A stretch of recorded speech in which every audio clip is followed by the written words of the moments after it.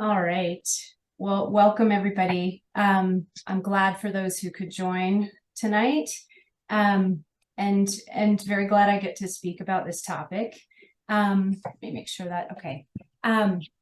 So obviously the topic at hand, rural and under-resourced people and climate change. Caspin introduced this, or me, and I think that as a pediatrician, this probably and will become very evident as we go through various elements of this presentation and this content. Coming at a talk about climate change as a pediatrician, I think the life's work of a pediatrician or a health professional caring for many subdivisions of the population, but specifically children, it sort of lays bare reason for the interest in the topic or the need to explore this from my standpoint.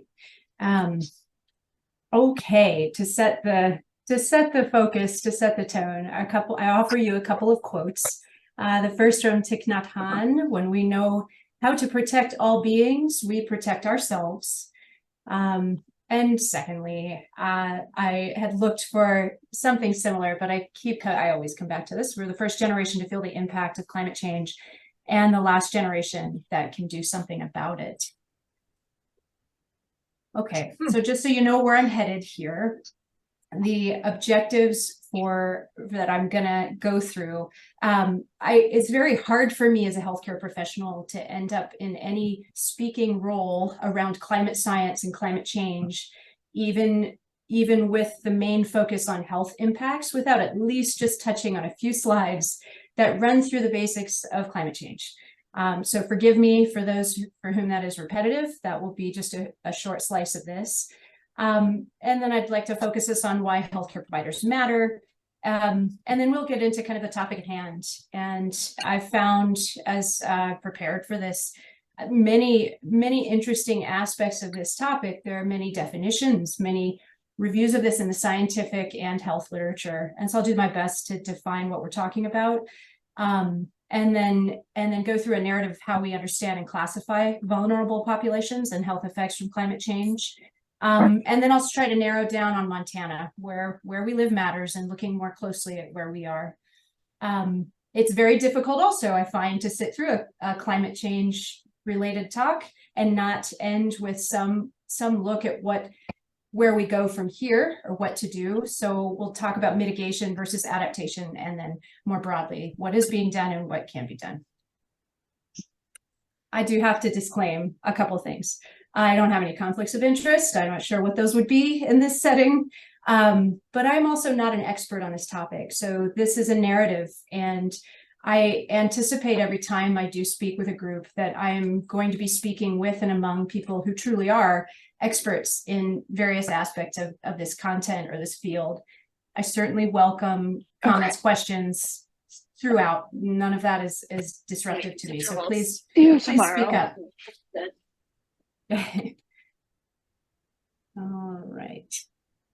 All right, so here are my next few slides to summarize what is it that we are talking about. And I apologize if this has either been content presented in this forum before, but I will be brief. I'm certain this is probably very familiar to everybody. This graphic is really just describing what are we really focused on in terms of looking at climate change and then subsequent health effects from these phenomena. So we know about the greenhouse effect. One important thing to know, so we're sort of looking at the graphic, energy warms our atmosphere and the surface of the earth. Some escapes back into space, and as greenhouse gases build up in the atmosphere, heat is trapped against the earth's surface, and the earth is warming. So that's in a nutshell. So overall, I think what I always kind of recenter on is this is critical to life on Earth. We can't survive without this. It's just that we are adding more gases and trapping more heat. So you can kind of think of the car on the hot day.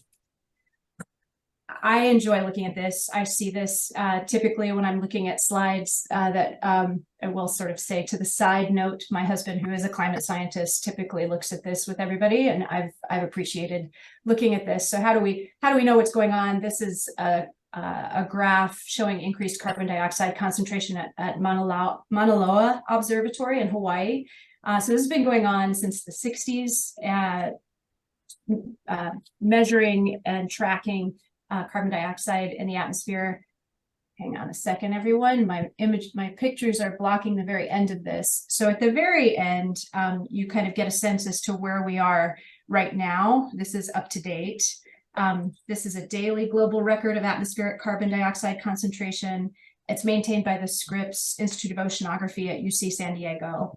And then this is a little bit more condensed, which says, paints a slightly more powerful picture that the concentration of carbon dioxide is just rising exponentially in recent years.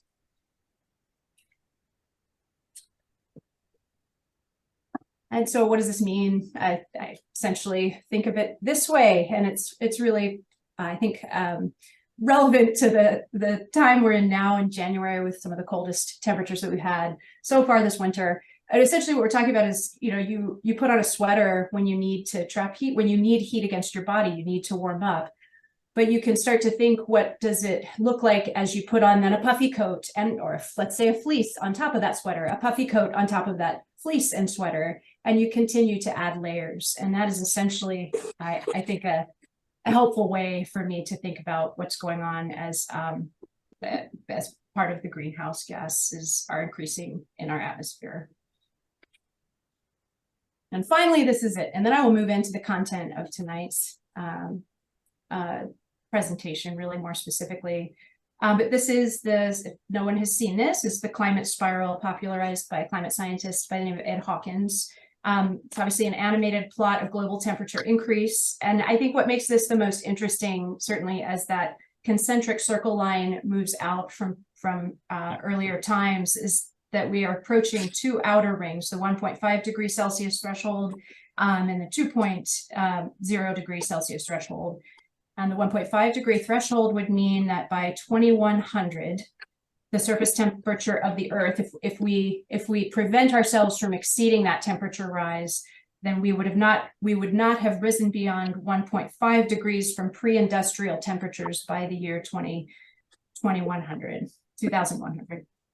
This would mean that global net zero carbon emissions must be achieved by about 2050. That initial threshold came from the Paris Climate Agreement, and then the other threshold of 2 degrees is, I believe, the threshold agreed upon by scientists in the IPCC that's critical to the global ecosystem behaving as we have known it to behave before, without really dramatic changes for us as a species. Okay, so let's get down to health. So greenhouse gas emissions, we just sort of talked about that. And then this other concept of carbon sink destruction. So carbon sink destruction, I should say, would just describe reduction and destruction of green space and elements of the earth that are beneficial to counteracting the effects of greenhouse gases. And both these things contribute to altering the Earth's atmosphere. So the resultant climate health hazards that we're going to look at go through some of the following: decreased air quality, reduced food and water quality related to this, reduced food and water security, extreme weather, drought, increased vector-borne disease, and then increased heat exposure, and very pervasive, the mental health impacts. This graphic, and I'll kind of turn back to this in a later section of this presentation, but this is originally from the Lancet Countdown. It was borrowed from the Montana Climate Assessment, Climate Change and Human Health Report, authored by, in part, Lori and Rob Byron and others. And I'll get down to many things that have come from that report. But as you see here, this, I think, does a nice job just showing that climate pressures create multiple pathways that lead to specific health outcomes. So you see the top bar, the climate pressures, what we're just seeing happen in the climate, temperature, extreme weather, rising sea level, extremes of precipitation. The exposure pathways then are created, and these are many and varied, and I won't pretend to go through all of this today. And then the health outcomes that occur as a result, what we're seeing. And then right at the bottom, to set stage, populations especially vulnerable include children, older adults, pregnant women, those with chronic medical conditions, lower SES status, outdoor workers, racial minorities, It's a very interesting way that you can carve this and talk about it. Given the content of this talk and that we are welcoming healthcare providers into this conversation, or really this is to be directed toward healthcare providers and incorporate all of you into the discussion, I think it's reasonable to set this stage. So why does this matter? Why do healthcare providers matter in this conversation? And there is an emerging body of data around this, and despite being mired in the day-to-day realities of working in clinical medicine, studies show that healthcare professionals are trusted. And this 2021, I think this was from the American Climate Perspective Survey, or Eco America, 68% of adults in the US say they trust health professionals as a source of climate change information. National surveys show that people prioritize health, and the connection between health impact and climate change is deepening. This has tended to lead to, or studies say that this tends to diminish partisanship when we're discussing this, and providing information about the personal health benefits of specific climate mitigating behaviors can lead to greater expressed willingness to adopt those behaviors. All right, so now I'm gonna start to turn towards defining a few things and turn towards the content at hand, which is really looking at vulnerable and then rural populations in this and the impacts that they experience from climate change. So this graphic really is to set up the stage for what are we talking about here. So vulnerability, and I will say there are numerous scholarly articles and health-related articles and articles in the health literature that explore these terms. You can go down a nice far path trying to make sure that there's consistency in what we're talking about. For our purposes, a general concept of the relationship should frame the discussion around vulnerable subgroups. And so vulnerability here is a function of exposure, sensitivity, and adaptive capacity. Exposure being the degree of stress that a certain asset or group is going through. Sensitivity, the degree to which a built natural human system will be impacted by a change in climate conditions. And adaptive capacity, so the ability of a system to adjust and manage damage. I would say, obviously, exposure can occur without as much harm if adaptive capacity is high. This is meant to describe resources and assets that people may have, as well as changes that they create. And then vulnerability will increase if exposure and sensitivity increase. That's sort of the equation here. Or if adaptive capacity is reduced or limited. Okay, another way of looking at this. So vulnerability to climate change, I would say all of humanity is vulnerable to the effects of climate change, but some individuals and populations are more vulnerable to the climate-induced adverse effects, but adverse health effects. And this is by virtue of either individual, personal, or societal risk factors. So vulnerable subpopulations have more significant potential exposure and or greater susceptibility sensitivity and or limited ability to adapt and fewer protective factors. I also had an interesting moment in looking at the content of this talk and sort of saying, well, why is this important? Why are we needing to drill down and look at vulnerable groups and populations? I think you can have a very philosophical conversation about that, starting with the quote by Thich Nhat Hanh, but this is also critical to global balance, to population health, society, and resource allocation. All right, a little bit further down the path of looking at the content here. So how does climate change impact vulnerable populations? The larger subgroupings I've seen are the vulnerability factors, and those would include biological sensitivity, socioeconomic status, geography, and sociopolitical factors. And then beyond that, the particularly vulnerable subpopulations, I think, drill this down for me, or let me kind of come very close to understanding what is at risk here to vulnerable subgroups. And we'll go through a bit more in detail what occurs for vulnerable subpopulations under different adverse health effects from climate change. But a list of these is not exhaustive, children, pregnant women, older adults, impoverished groups, people with chronic conditions or disability, outdoor workers, and then those living in coastal and low-lying zones, and Native populations and communities of color for many reasons, and I will touch on that.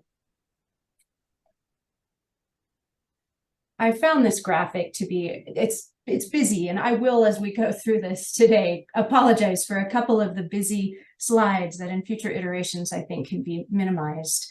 But I think hang on a second. We got a little bit reversed on my notes. I think what this really does a nice job for me of doing is representing the vulnerability factors at the center, and then displaying on the upper edge by subgroup and subcategory the vulnerable populations, several of which we'll talk about. All right. Unfortunately, I think, as you look through and see what are we talking about in terms of vulnerable populations and vulnerability factors, the same factors that often drive risk drive down adaptive capacity. So this would be poverty rates, access to food and water, inadequate shelter, things like that. As a global example here, and then we'll get a bit more specific to the US and Montana, about half the world's population is thought to live in geographic regions highly exposed to drought and flooding. And these regions often happen to have large populations affected by poverty and large populations of children who are less able to quickly adapt.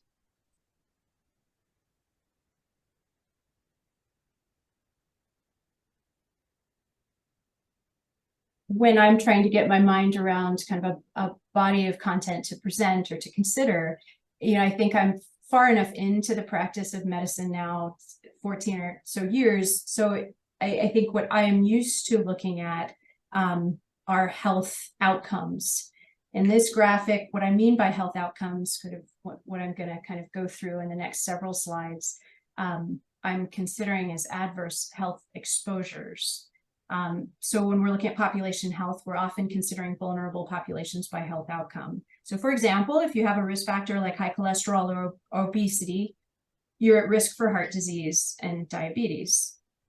And with respect to climate change and health, these particularly vulnerable subgroups on the right hand have some degree of heightened sensitivity and reduced adaptive capacity when they're exposed to the column on the left. And I would say, again, it's not an exhaustive look at all the elements that would be considered adverse health exposures. Some of the selection I made to really try to consider this with you tonight have to do with some of the things that we're seeing locally in Montana to make this very relevant. But the adverse health exposures I'll go through in more detail to describe why these have an impact on vulnerable groups. They include heat stress, air pollution, extreme weather events, vector-borne illness, and mental health distress. And it should be said that many populations experience synergistic effects, and vulnerability factors often overlap for these populations.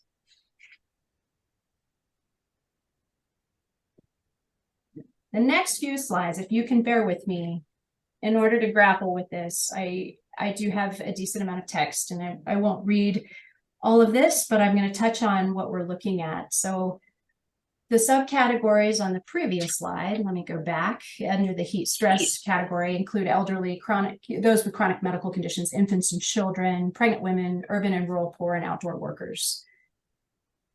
And so in consideration of why is this true? What does heat stress do to those populations, and why are they particularly sensitive or limited in their ability to adapt? So children, and this is the sort of the comfort zone that I live in, they have a smaller body mass to surface area ratio and a greater susceptibility to dehydration during extreme heat events. It's been found that infant mortality increases by about up to 25% on extremely hot days. Maternal heat stress, another very impressive group of section of data to support this. But during pregnancy, maternal heat stress is associated with negative pregnancy outcomes.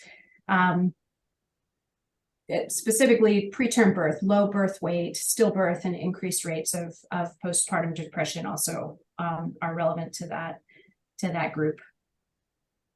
The elderly, they are more likely to have pre-existing conditions and limited mobility, and thermoregulation becomes more difficult for them. So they're more sensitive to extreme temperatures and experience higher mortality during heat waves. And then some of the other interesting groups, so outdoor workers and adolescent athletes, they are more exposed when we're talking about heat events. They're outside, their work, and for outdoor workers, their livelihood is outside. And then specific chronic conditions for which extreme heat poses a greater risk include individuals with diabetes, pulmonary disease, and congestive heart failure. It's worth saying that children and elderly populations are more dependent on adult caretakers sometimes, certainly true for children. And then part of the socioeconomic overlay is that substandard housing will certainly expose individual populations to experience greater heat during heat events. I think this is my second most wordy slide. So the air pollution vulnerability that we see, go through some of these subcategories as well, and why. So children are breathing faster. They tend to eat, drink, and breathe more, and they have more dynamic change occurring throughout childhood. So they incur a greater amount of the impact from air pollution. They're having such a significant amount of developmental change that air pollution in particular creates developmental dysregulation and genetic as well as epigenetic changes. And that field is I think kind of what we see coming to light, or what's being looked at in research as far as what happens to at the genetic and epigenetic level is fascinating. Much of what we're talking here, I will say, to the side with air pollution locally, we're talking about multiple different possible air pollutants and exposures. I think most people have probably spent time listening to or hearing about particulate matter. That's a significant contributor. So particulate matter that is extremely small is PM 2.5, and then also PM 10. And this particulate matter that gets inhaled and affects the system of all humans, vulnerable populations just having a heightened sensitivity, that is created by wildfire, drought. In our region, other things like dust. There's a contribution from kind of seasonal decomposition in farming and agricultural lands. And then in certain communities in Montana, you have inversions where some of the particulate matter is trapped at the lower air level and is more impactful to the population. PM 2.5 and PM 10 cross the blood-brain barrier in the placenta of pregnant women, or blood-brain barrier of all of us in the placenta of pregnant women, and has been associated with preterm birth. All right. It's worth saying that pregnant women also suffer adverse reproductive outcomes associated with this, and associated with polycyclic aromatic hydrocarbons and other air pollutants associated with climate change. And then to say that the low birth weight, that we're talking about is associated with air pollution by direct toxic effects on the fetus, but also the altered maternal cardiac and pulmonary function of the mother, and systemic inflammation from oxidative stress, placental inflammation. There are a whole host of changes that have been documented. In preparing for this, I came across a very interesting article. I will reference it. It was referenced in one of the American Academy of Pediatrics modules to try to help educate healthcare providers and pediatricians specifically on the health impact of climate change. And they looked at, I think this was in the Lancet Planetary Health, they looked at associations between historically redlined historical residential redlining and ER visits for asthma across several cities in California. And interestingly, they were able to link historically discriminatory policies about where people live with asthma-related health disparities. So there were higher rates of diesel emission in these areas, and much higher emergency department visits for asthma. And I thought the way they looked at this was fairly elegant. All right, I'm going to turn to a couple more areas of health impact, or the adverse health outcomes.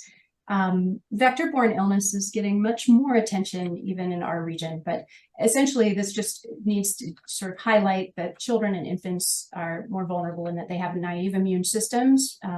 Pregnancy, for many reasons related to the physiology of what's occurring for a pregnant mom, incurs increased susceptibility to vector-borne infectious disease. And then certainly the outdoor workers have heightened exposure based on the nature of their livelihood.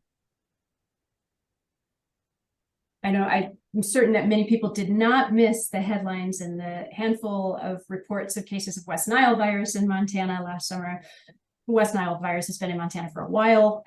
I think that we just have looked at more recently increasing numbers. It's worth saying, relevant to this topic, that drought and warmer temperatures favor higher mosquito populations. And so that's interesting. Heat can boost the reproductive cycles of insects and shorten the maturation of pathogens that they harbor. All right, and I think that two more topics under this to really kind of lay bare what we're looking at or talking about when we're including the subpopulations as more vulnerable groups. Drought and extreme weather.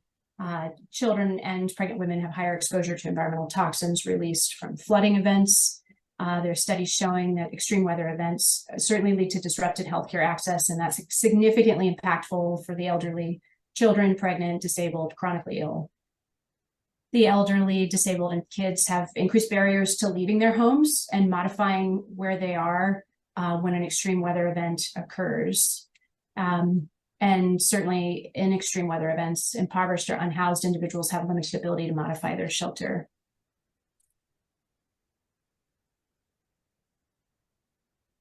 There is not a way to do justice to this topic, I think, in the context of what it means to vulnerable groups.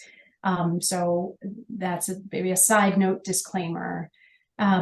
But mental illness, or mental health distress rather, from climate change certainly has a significant amount of work occurring within the field of mental health to look at vulnerable groups and the experience to changing climate.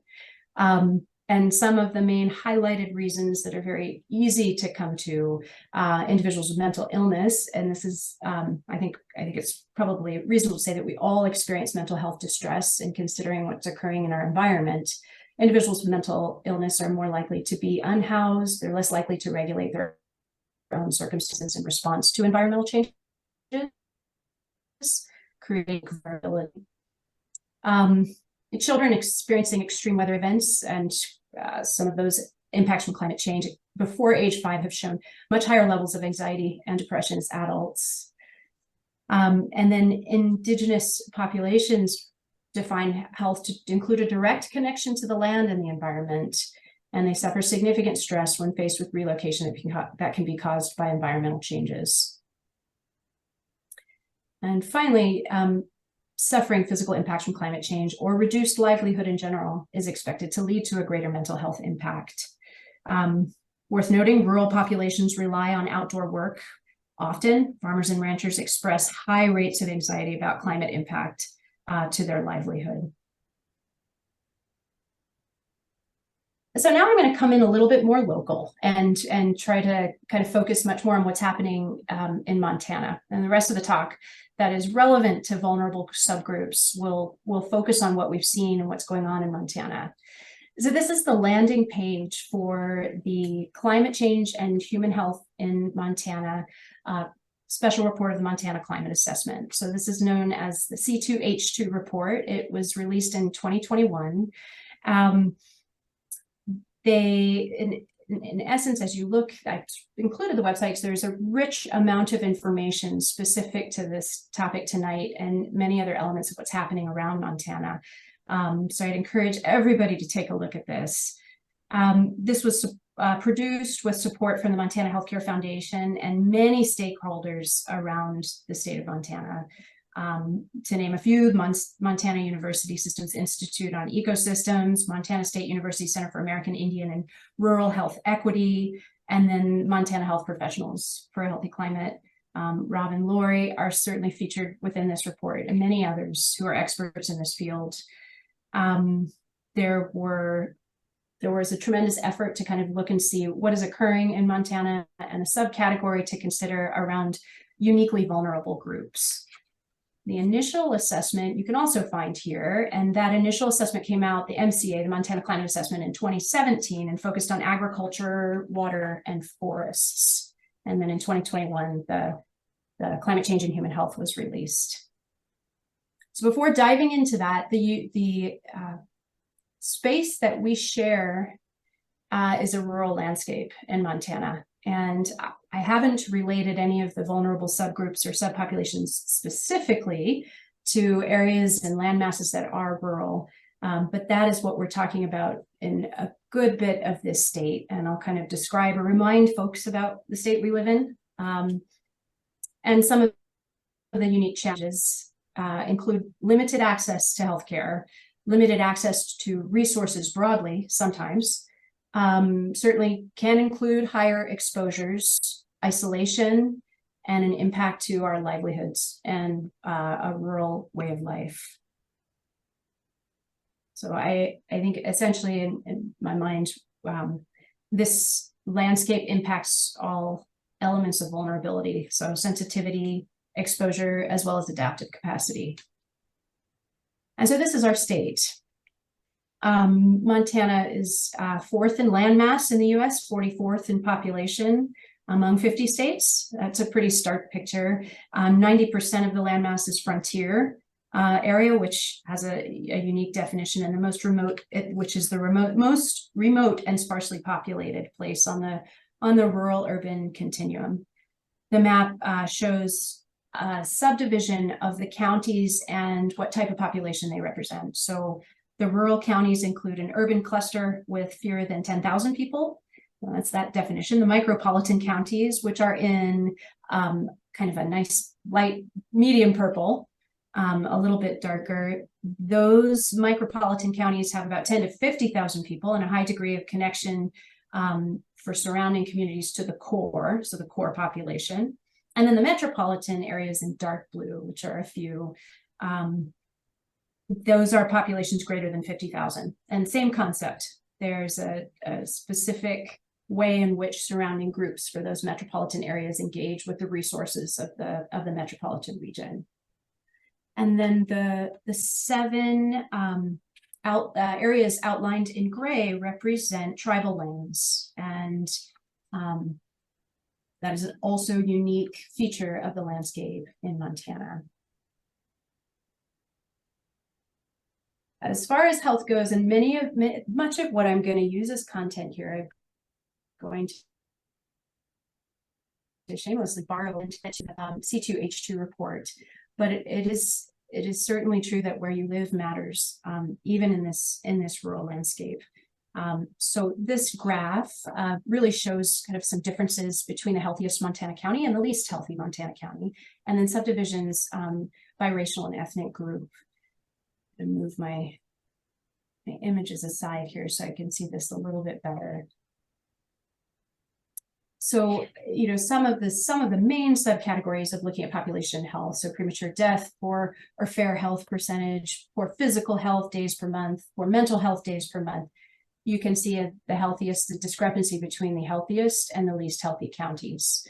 You can also see, and some of these indices are fairly substantial. So premature death, fairly substantial, heightened degree of premature death among American Native populations.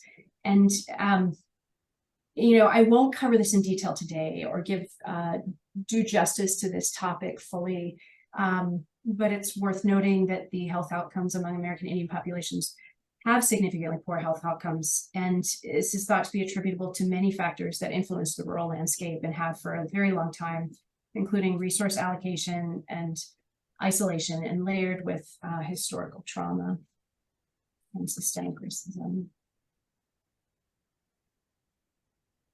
So from the C2H2, or Climate, Health, and Human Change, or Climate and Human Health report, so there were 10 priority subpopulations identified in Montana with increased health vulnerability.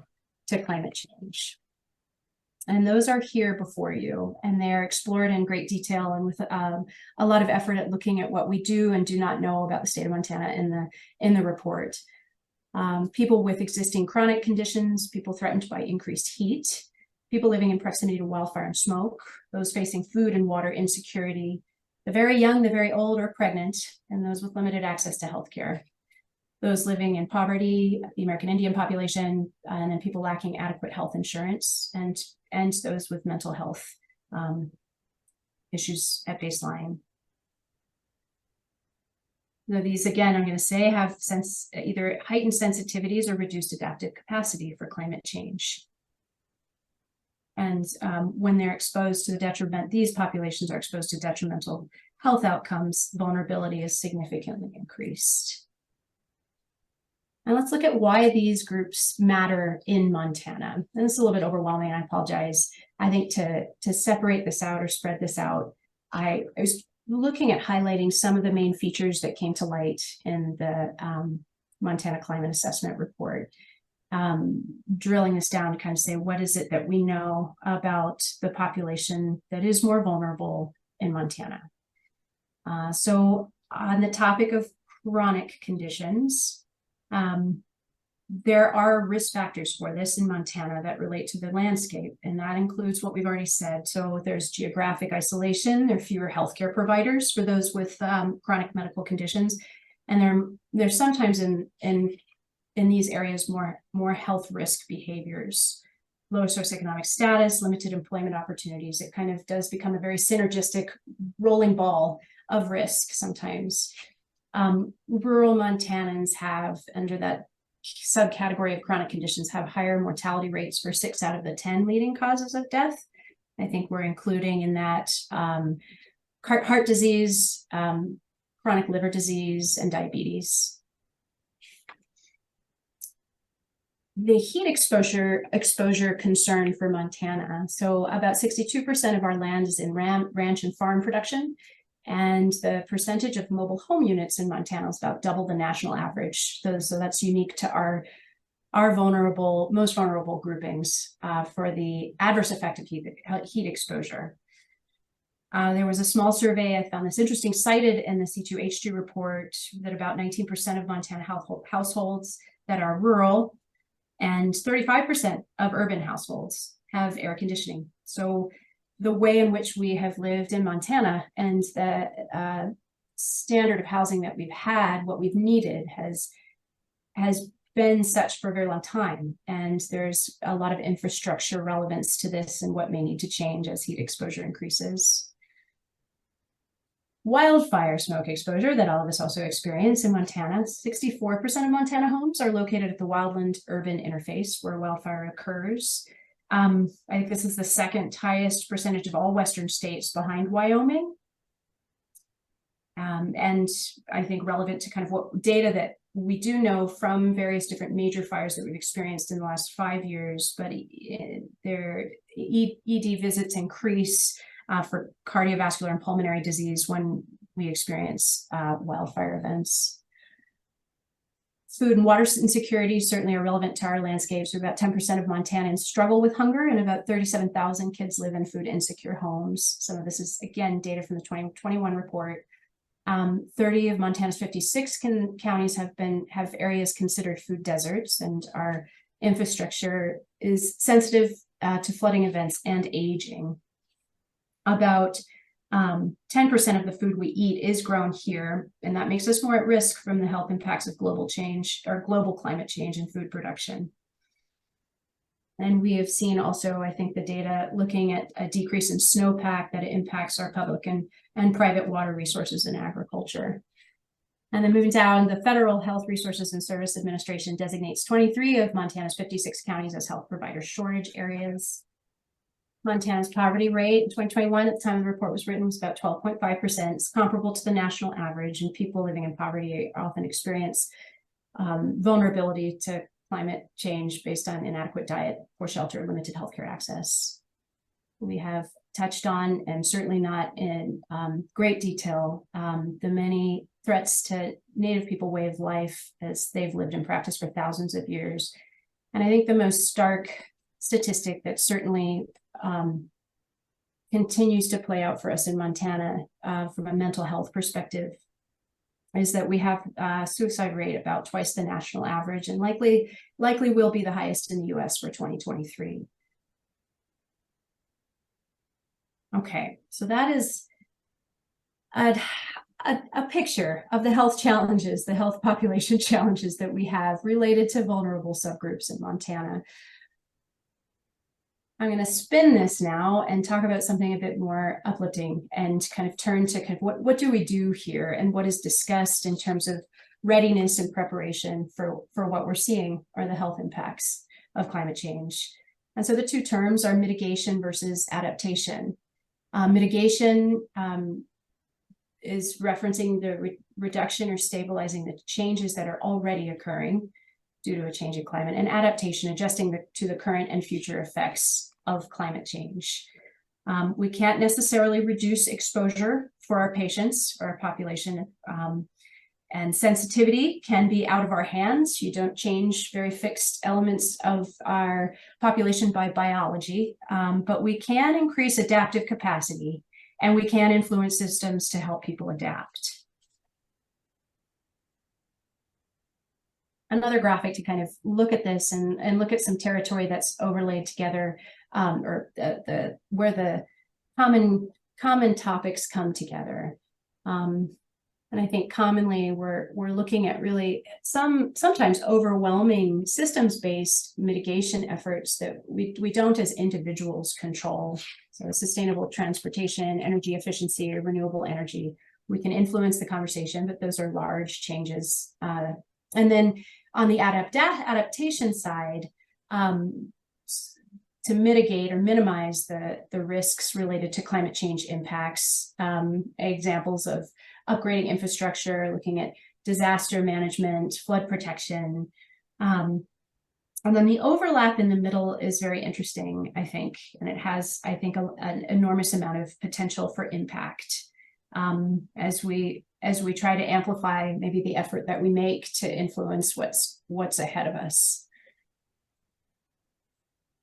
And I think it's probably worth inserting here, and I will do it again before this talk is over, but the most impactful consideration I think that comes to mind often in the healthcare sector is how can we influence health systems and administrators to consider mitigation based on the enormous share of the contribution that we make as an industry to climate effect, climate change, and greenhouse gas emissions, or carbon emissions, I should say. I'm going to show you a couple of different uplifting kind of approaches that have been in wide use for a while now. So this is from the Center for Disease Control, Building Resilience Against Climate Effects, or an acronym and a graphic to look and see how do you develop a process to both mitigate and develop adaptive protocols to climate change. And sort of what they've come up with is in use to help communities build climate readiness plans. Step one, identifying the scope of climate impacts in your region, or drilling this down to kind of a local context. Those impacts associated with potential health outcomes and populations and locations vulnerable to those health impacts. Similar to some of the data that you just looked at, or we just mentioned, that came from Montana's climate assessment. Step two, estimating or quantifying the additional burden of health outcomes associated with climate change.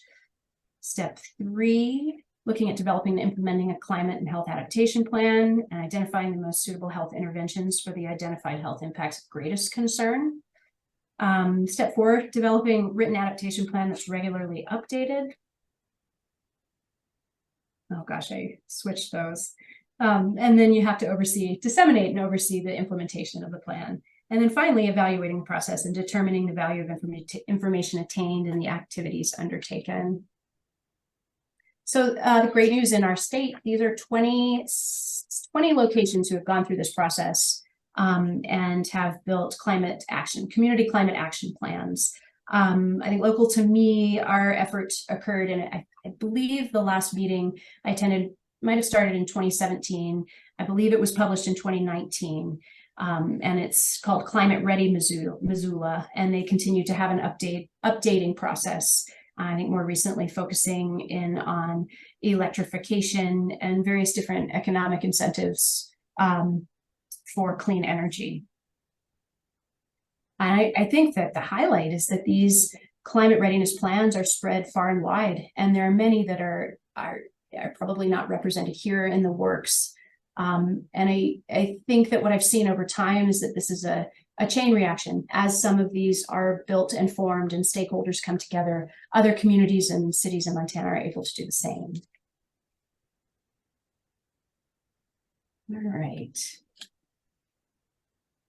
So again, pulling out of the very depths of the hard talk around the pieces that we're seeing here that are adverse to health, I think looking toward what we can do, or what healthcare providers can start to turn attention to.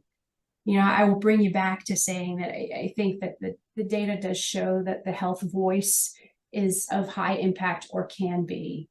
And these are meant to be a very broad, sort of somewhat high level look at where you can start to orient to ways to understand what is occurring, and then do something to mitigate, adapt, intervene with the population that you work with.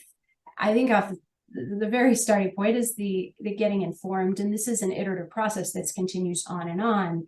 I think I remember hearing Beth Shank, the director of sustainability at Providence, talking about, she spoke at our last year's climate and health conference in Helena. And as Beth spoke, she's done an amazing amount of work trying to get the healthcare industry and Providence health systems in particular to look at sustainability in the hospital setting. And she said, healthcare providers are an interesting bunch, and we don't often like to speak unless we are experts on a topic. And that certainly resonated with me. I think that is a feature that stands out to me. It's very hard to enter into a world of new knowledge, or something that bridges what is occurring in multiple sectors and start to engage it, because it directly impacts the health of the population that you serve. So at the top of this list, getting informed, staying informed. And then ways that we can bring this information to educate patients, uniquely our most vulnerable populations, and those who are going to be at higher risk year after year from some of the health impacts of climate change. Using the clinical setting that you have to offer specific educational materials and how to protect yourself and on how to protect yourself in your clinic and on websites. Becoming involved with organizations that are advocating for climate action, offering specific treatment to ameliorate some of the health effects that we're talking about, having readiness to discuss ways to protect against vector-borne illness, what to do when it's smoke season, talking about mental health impact and food insecurity.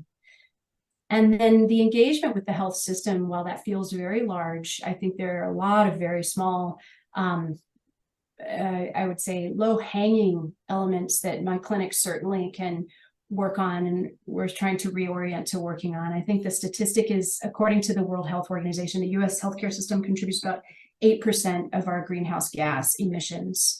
And healthcare institutions are going to be faced with upgrades and various different systems changes, energy audits, HVAC systems, reduction of waste.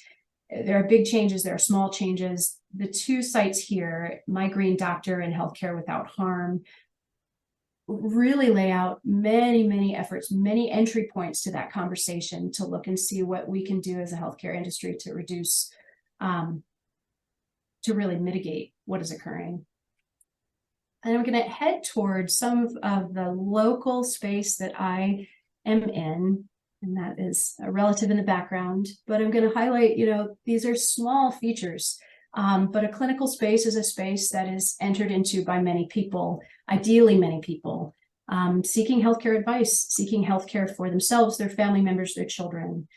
The banners that are featured here, 2 displays that are currently in my clinical space and have been made available by Montana Health Professionals for a Healthy Climate on multiple topics. This gives you a view of them. They are available to display in clinic sites around the state, and they are extremely well done displays of information relevant to climate and human health. I think a simple email request, and these can come to be displayed in the clinical space that you may inhabit. And I, on a day-to-day basis, see people looking at these, walking by, examining them, and they are ready for clinical spaces across the Montana to use. I think there are multiple topics: heat, wildfire smoke, a general, ways to reduce emissions, pregnancy and maternal health and mental health. Those are some of the topics included in these banners. The Environmental Protection Agency, and you can see this at the website airnow.gov, runs an air quality flag program for schools and other local organizations to try to educate people about wildfires, air quality, essentially. In our region, often that does turn to a conversation about wildfire smoke, and the color of the flag changes according to the air quality. And so this is also hosted in our clinic. I think it's hosted in many, many schools around Missoula, but also around Montana. Certainly in Billings, I know they have multiple flag programs up, and many folks who may be on this call have made effort to try to distribute these and make sure that folks are aware that these are also at low cost or free cost, no cost, depending on where they come from, can be given so that you can give everybody a visible display of what's occurring in terms of air quality in your region. It's also a nice way. They've presented a lot of materials and educational avenues for talking about this, and again, in a way that is non-threatening. If we're looking outside and you have a hard time seeing the parking lot, you reference this in relationship to a child's health and a patient's health, essentially. And then probably my final example, again, very small scale. In pediatric medicine, clinical medicine, we have access to a national program called Reach Out and Read. And the effort here is to try to improve childhood literacy, early literacy, by giving advice on how to read to your child. And at each well visit from age 6 months to 5 years of age, a child's given a book. And with help from Lori Byron, national leaders as well. There are a couple of books that have been spread throughout Montana as part of what we call a maintenance of certification project. There are elements that we must complete as providers in pediatrics. Of course, all specialties have this in order to maintain our certification, our license, our affiliation with the American Academy of Pediatrics. And so the combination using the Reach Out and Read program to introduce material that is friendly and fun and warm, kids love it, displaying these things in waiting rooms, offices, so that the conversation can start from there. It has seemed at times very hard to engage this in a clinical setting, not knowing the orientation that anyone has to the matter of climate change and human health. But it's a little bit more friendly when we're looking at a children's book with colorful pictures and information that they are also learning in many other places in their lives. And then finally, I think this can be a pause for me. I think we're down to kind of an end of an hour almost, but Montana Health Professionals for a Healthy Climate launched the Climate Health Stewards Program in the fall.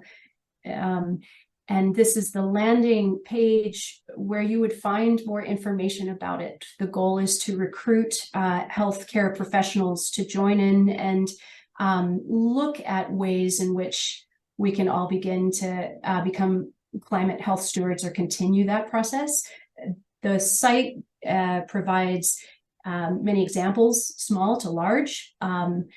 It can be across a very broad spectrum.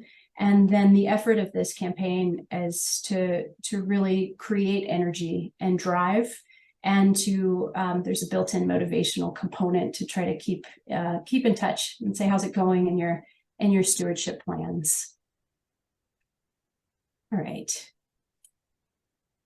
My prioritized resources, I think this is a very incomplete list, but to target what anyone who is interested in looking further at how we're defining vulnerable subpopulations, or really any of the elements of looking at how you mitigate and educate about the health impacts of climate change. I think these are my top resources. These are the sites that I will use and go back to over and over again.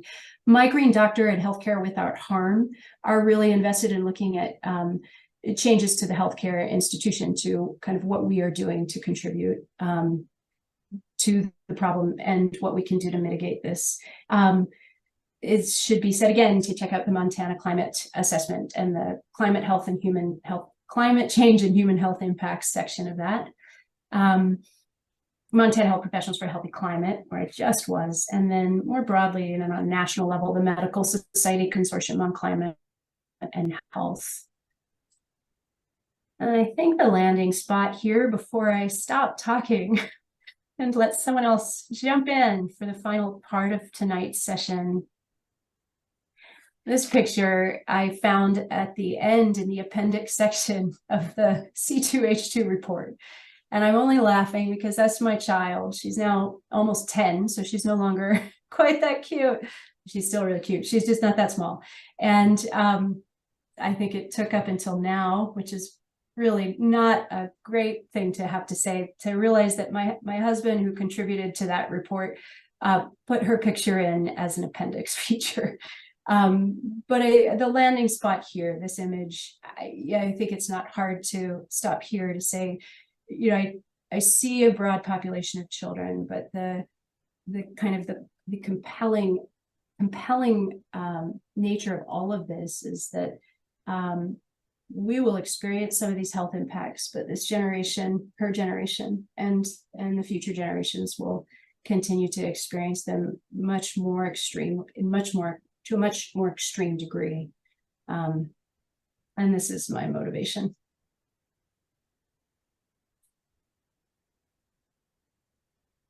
Okay.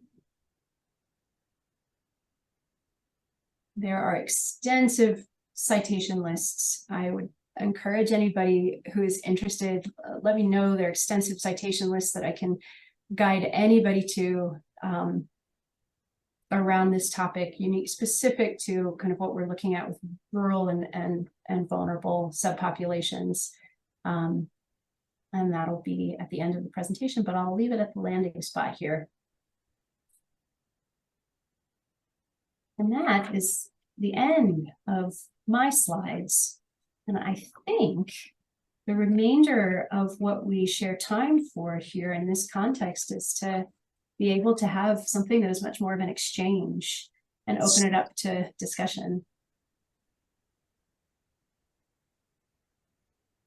Allison, this is... Oh, go ahead. I was just going to say, this is Lauren Willis. If you were going to pick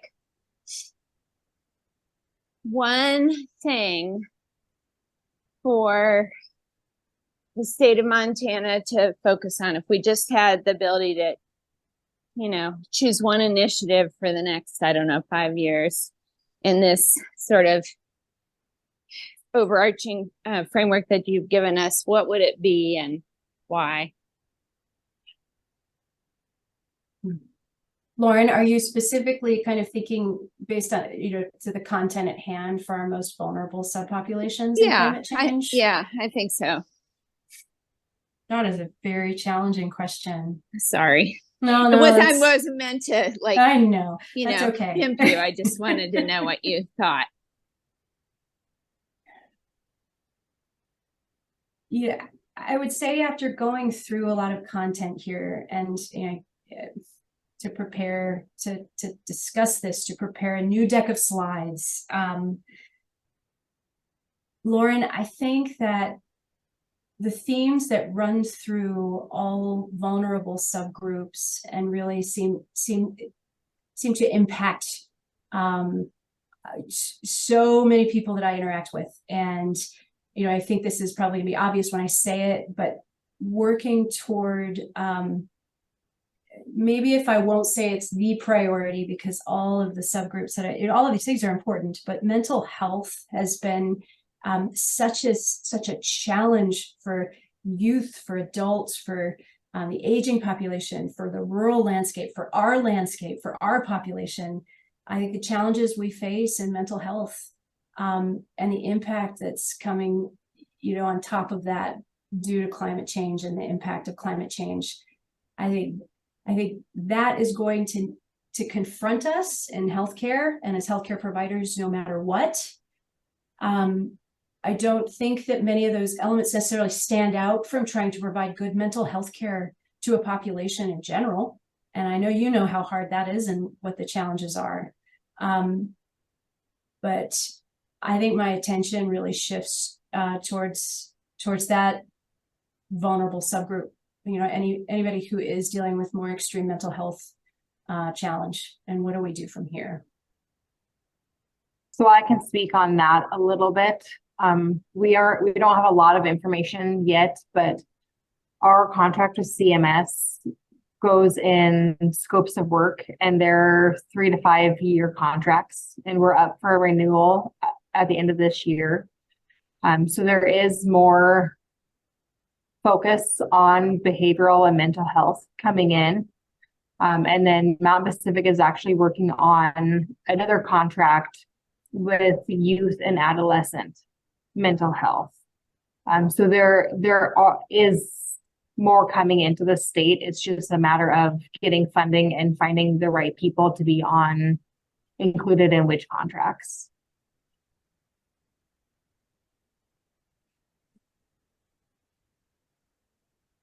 That's great. So, Allison, could I share? This is Ron Absolutely. Weens, CEO of a hospital up here in Big Sandy, Montana. And I just wanted to give a rural perspective of, as a vulnerable population, and how climate is affecting Big Sandy.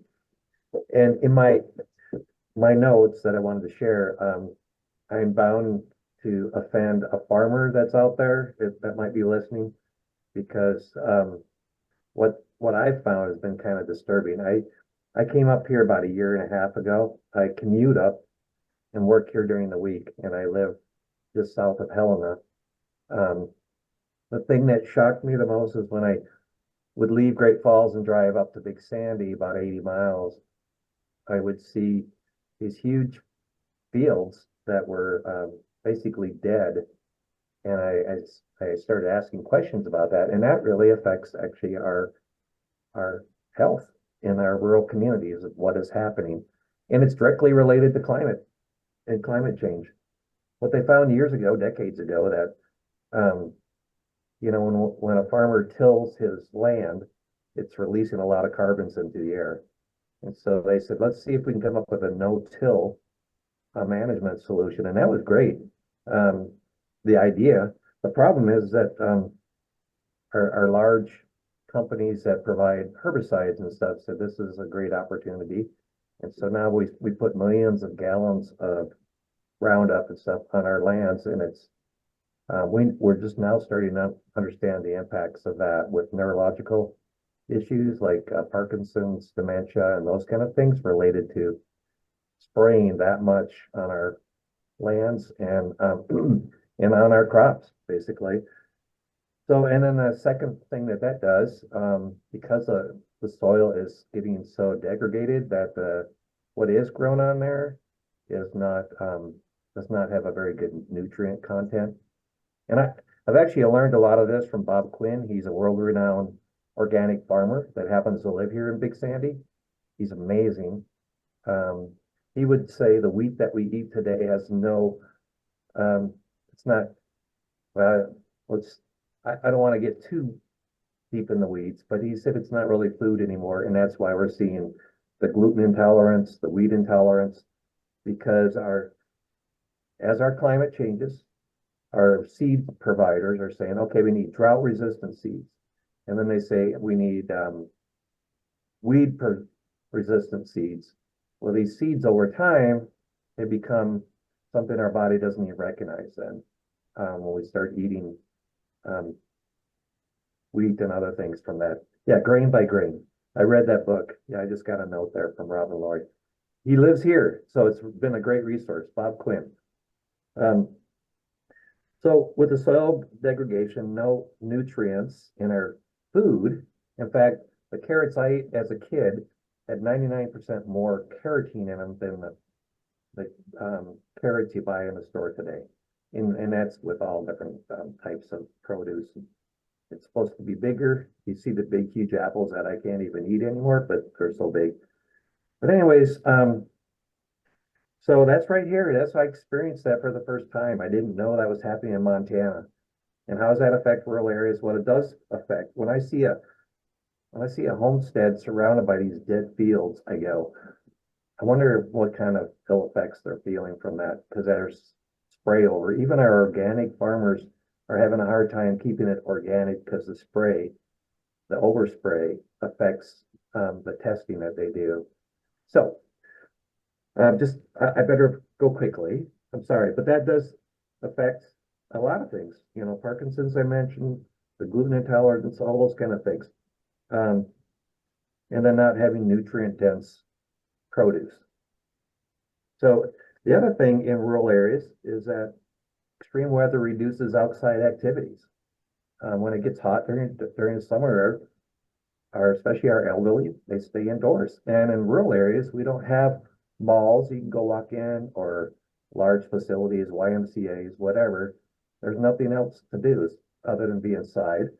And so obesity is a big issue in this town and in a lot of rural towns. Partly again because we're a food desert. I can talk about that.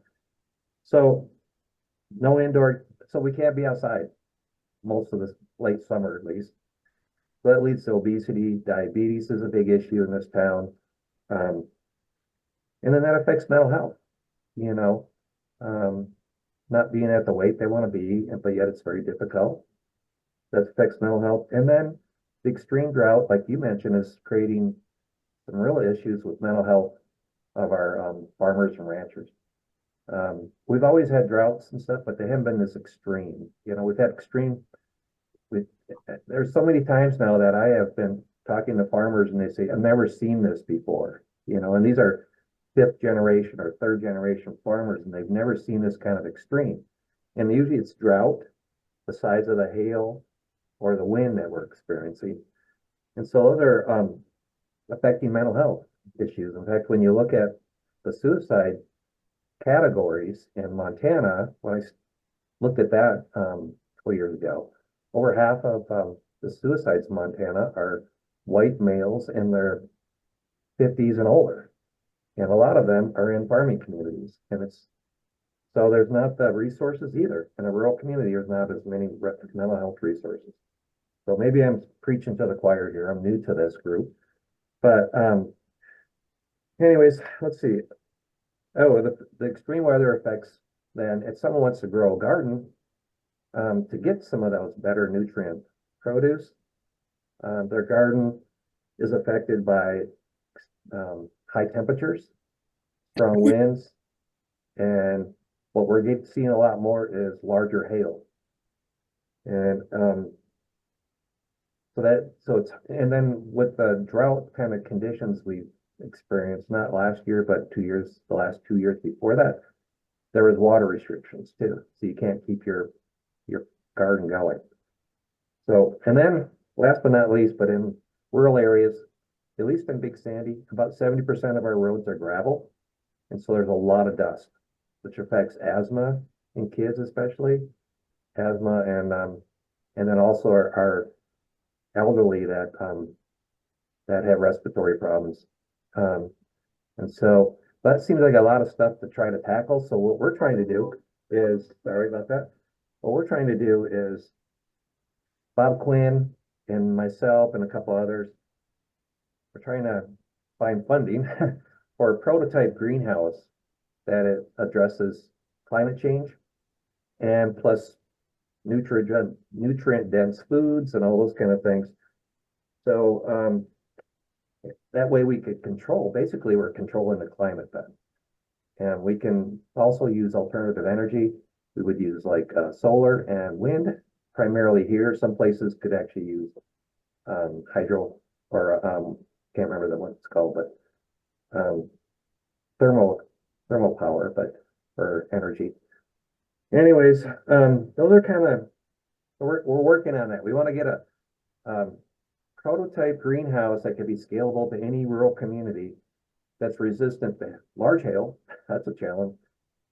Heat, extreme weather conditions, plus using alternative energy and being able to conserve water on that. So there's a lot of things that we want to do. And then we have nutrient dense produce because we use like heritage seeds that come, and that's one thing Bob is famous for too. He has a Kamut wheat, which is an ancient wheat from Mesopotamia.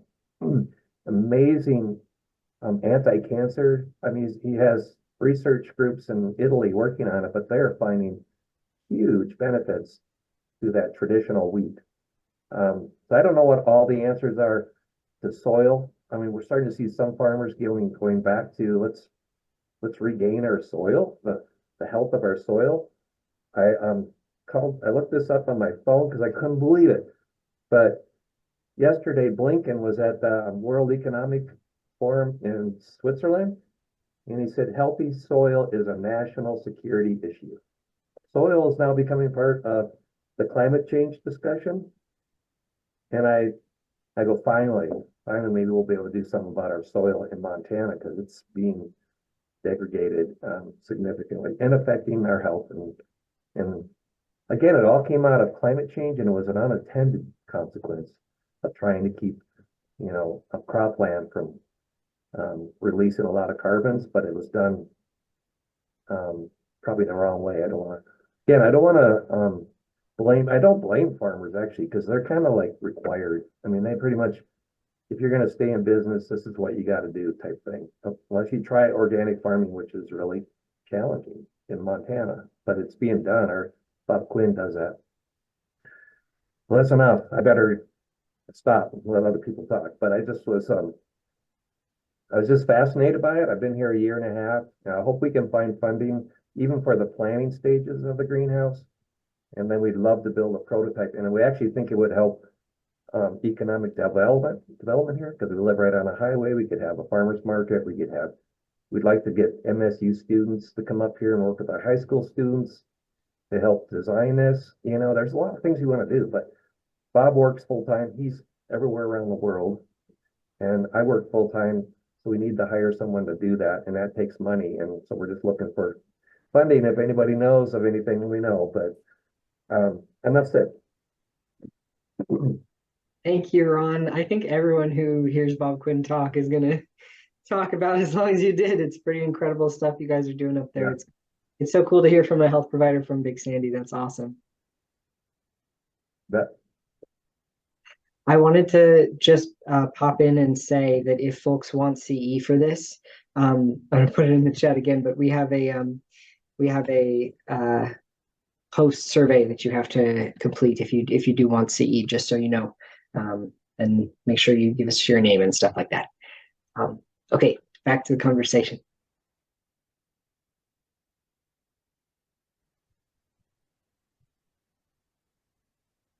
Ron, I would just say, I think you did a great job giving kind of a slice and perspective to what is occurring in the most rural sections of the state. And I think the conversation on this topic, so many of these impacts are synergistic and they overlap, and the most vulnerable subgroups are impacted in every way, and more dramatically so with the synergy and overlay of all of this. But I very much appreciate the title you hold and the energy and the knowledge that you're contributing.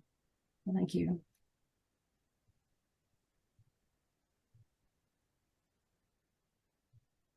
The farming communities in drought just happens to be what I'm researching right now. And I don't know how many of you have seen this, but Australia has some really interesting research right now on mental health and farmers in drought, because unfortunately they've been experiencing some pretty big droughts for quite a while now. And one thing that I pulled out of that research that I found really encouraging, or at least that it's something that can be done for mental health in those farming communities, is the more social network folks have, they seem to do better. If you can encourage people to spend time in their communities and whatever it is, churches or sports groups or just their family and friends. Those things do seem to help. And also to note that they're seeing a bit of a U curve as far as mental health is concerned, where in the first couple of years of a drought tend to be the worst for people as they're adapting to it. And then, you get people like Bob Quinn doing things to try and mitigate that. And that does give people some hope. Although their satisfaction with life obviously still decreases because they're in drought. So Yeah. that's something that might be good to know as providers. I don't know. Caspin, we're doing a community health needs assessment right now, and I did one at the senior center. And I was kind of shocked because one of the questions is, do you feel like you have a good support network of family and friends when you're in time of stress or need? And that rated really low. And I just thought in rural communities, you got your family, you got your church, whatever. I was talking to people about it, and they said, no, we just don't talk much about when we're in stress. We don't feel comfortable sharing that we're vulnerable or hurting or having a hard time coping with, the pressures, the financial pressures and all those kind of things that go with droughts. And so that was a surprise on that, the first survey, or that was a focus group and then a survey. But yeah, I think part of it's a stigma too. If you can get the groups together, that's great. We were just amazed or lucky or whatever, but we just hired a psychiatric nurse practitioner for this little town 2 days a week. And what we're hearing is people are extremely fearful of psychotropic medications. And so they're even afraid to go talk to her because they think she might give her some medicine or give them some medicine. And so we got a lot of work ahead of us to try to work through the stigmas and just even a chance just to talk to a therapist or a nurse practitioner or psychiatrist. I think they'd find out it's really beneficial, but we got a long ways to go in a rural community on that stigma thing. Totally. I mean, folks like to feel productive, and it's hard to just sit in a negative feeling like that. I think that can be overwhelming in a small place. Yeah. Good luck And to to you. admit it, to anybody is just shows that you're weak in this, at least in the culture up here. Yeah. Yeah, I understand that from where I'm from as well. But we have to be honest, don't we? Lori and Rob, you guys have your hand up. Did you want to say something? Yeah, I just wanted to shift the conversation or bring up a point a little bit different. I mean, everything, Ron, I agree with everything you've said, and you left out some of the horrible impacts on ag that we're seeing from climate change and others. But the other one is to shift for a different demographic, and that is young folks, and who are also having horrible problems with mental health. But one of the most significant things that helps them is seeing effective action. We saw that and with the result from the Held versus Montana case. I mean, that was so uplifting for the kids to see something's happening. And I think that's a lot of that onus is on those of us in older age groups to try and be doing more in that if we can. I mean, it's fair to talk with our elected officials and ask them what's their plan. And that includes things like you brought up, Ron, is what is the plan for whether it's wildfire or drought or whatever in our community? And there's no pat answers, but if we don't talk about it, we don't get any action on it. One more thing, our psychology colleagues have shown numerous times in research that we all feel better when we work for the cause that we're most concerned about. And that's sort of why Montana Health Professionals is here.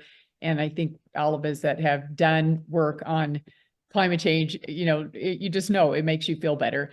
And along those lines, we started, I think for a lot of you, if you're not on the board and you're not giving presentations like Allison or something, in some ways we felt like people were sort of left out. We have about 1,000 people on our mailing list now. So maybe Caspin can describe the climate health stewards that we've just recently started. Sure, yeah, yeah. We're trying to get together a cohort. We've got a few people now on board of folks who just want to brainstorm projects that they can do either together or individually. And it could be something really small, like could be just talking to your patients more and committing to yourself that you're gonna actually bring it up, even if it's a little spooky for you, and find a way to bring it up that is comfortable for you. Or it could be something larger like getting your clinic to sign up for My Green Doctor and actually start to build toward like sustainability on the level of your hospital. So yeah, it's just a program for us to not feel alone and to feel accountable to each other in those little projects that we want to do. So whatever is close to your heart as far as climate and health, if we can support you in doing it, I think it'd be really wonderful to have you on board. And you can do that at our website, and I'll post a link in the description. And we'd love to hear any questions as well. And you can always email me.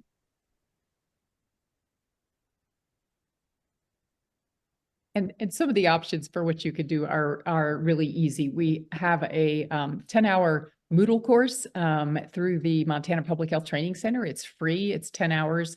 You do it asynchronously.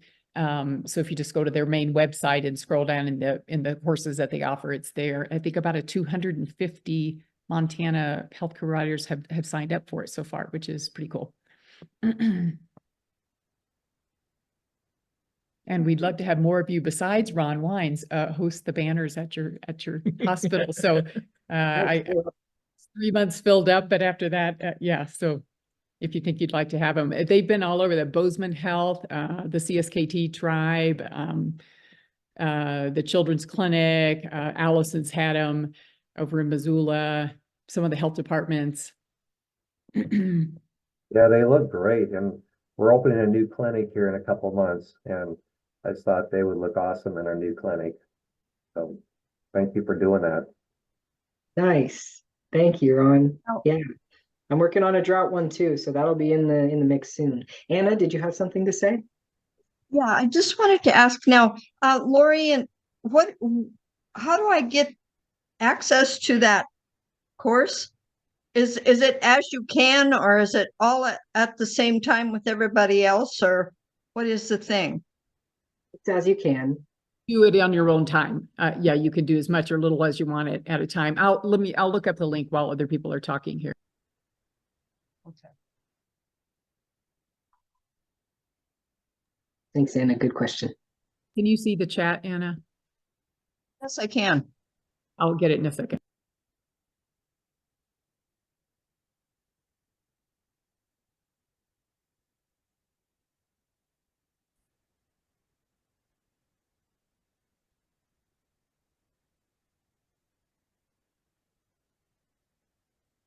Well, I guess along those lines, I have a question to the group, which is, thinking about Allison's presentation and some of these vulnerable groups, is there anything that any of you are thinking in the back of your head, oh, this is a particular population that I want to serve more in our clinic, or any need that you are thinking of related to climate and health that you would like to talk about with the group, because maybe we could brainstorm some things we can do.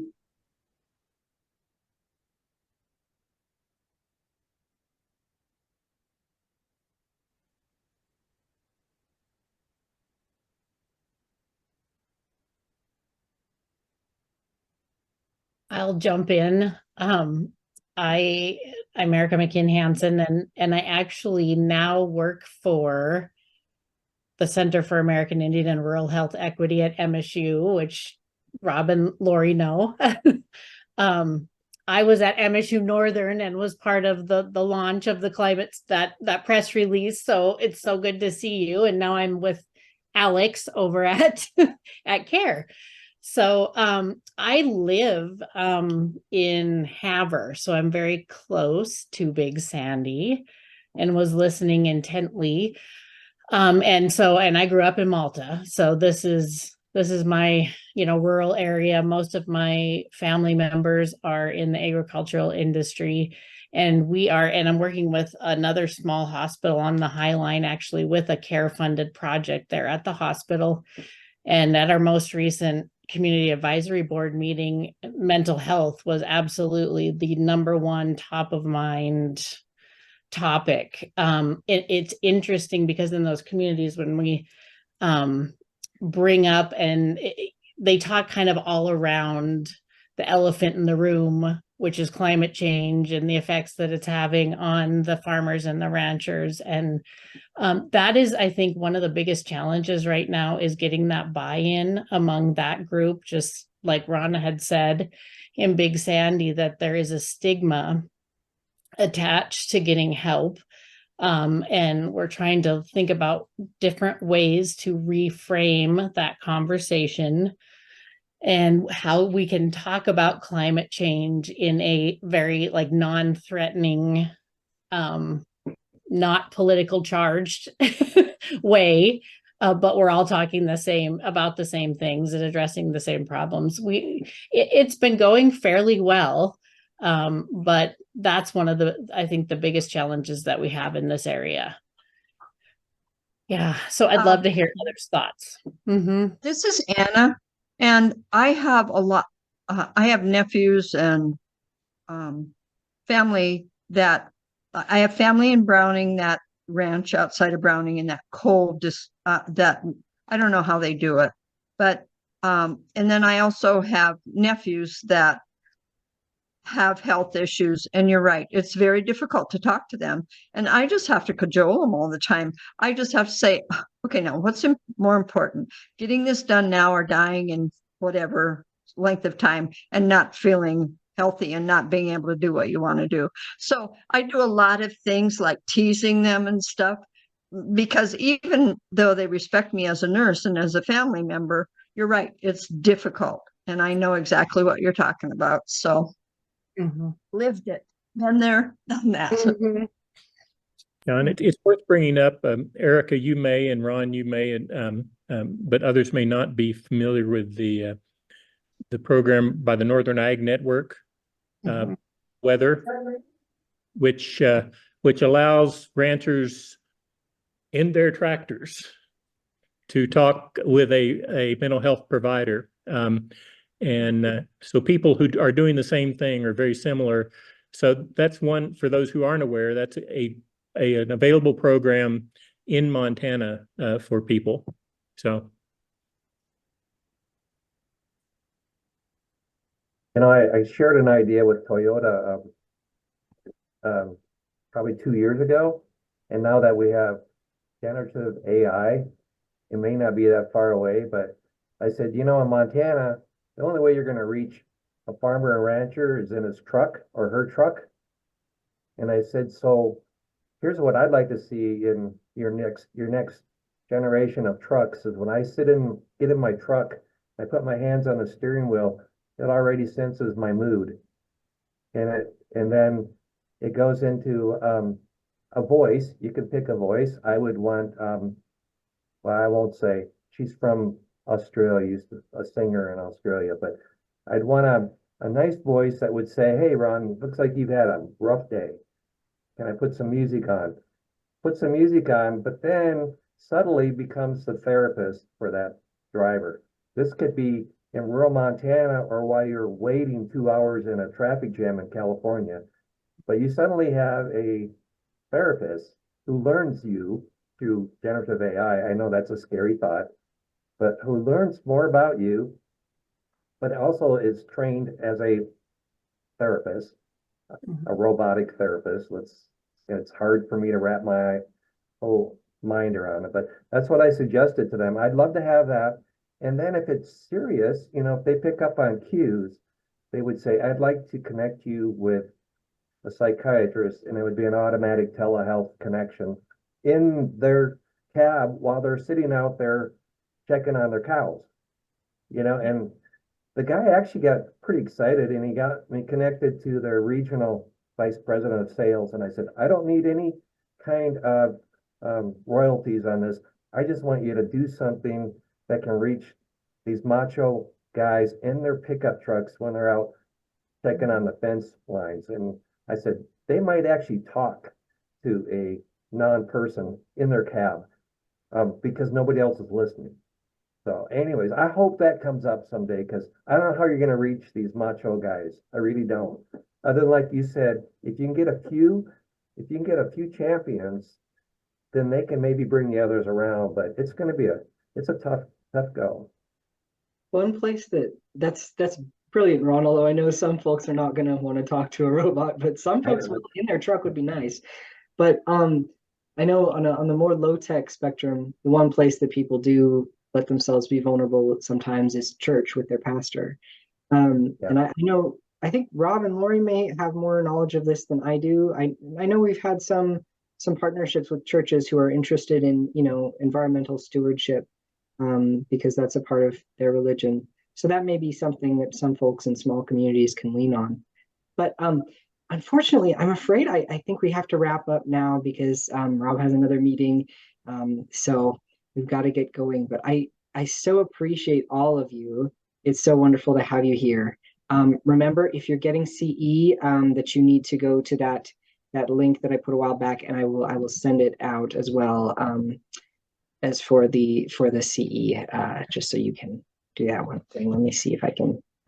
Anyway, thank you all so much. I appreciate you all, and thank you, Allison. Wonderful to hear from you and from everyone. And I appreciate all your perspectives.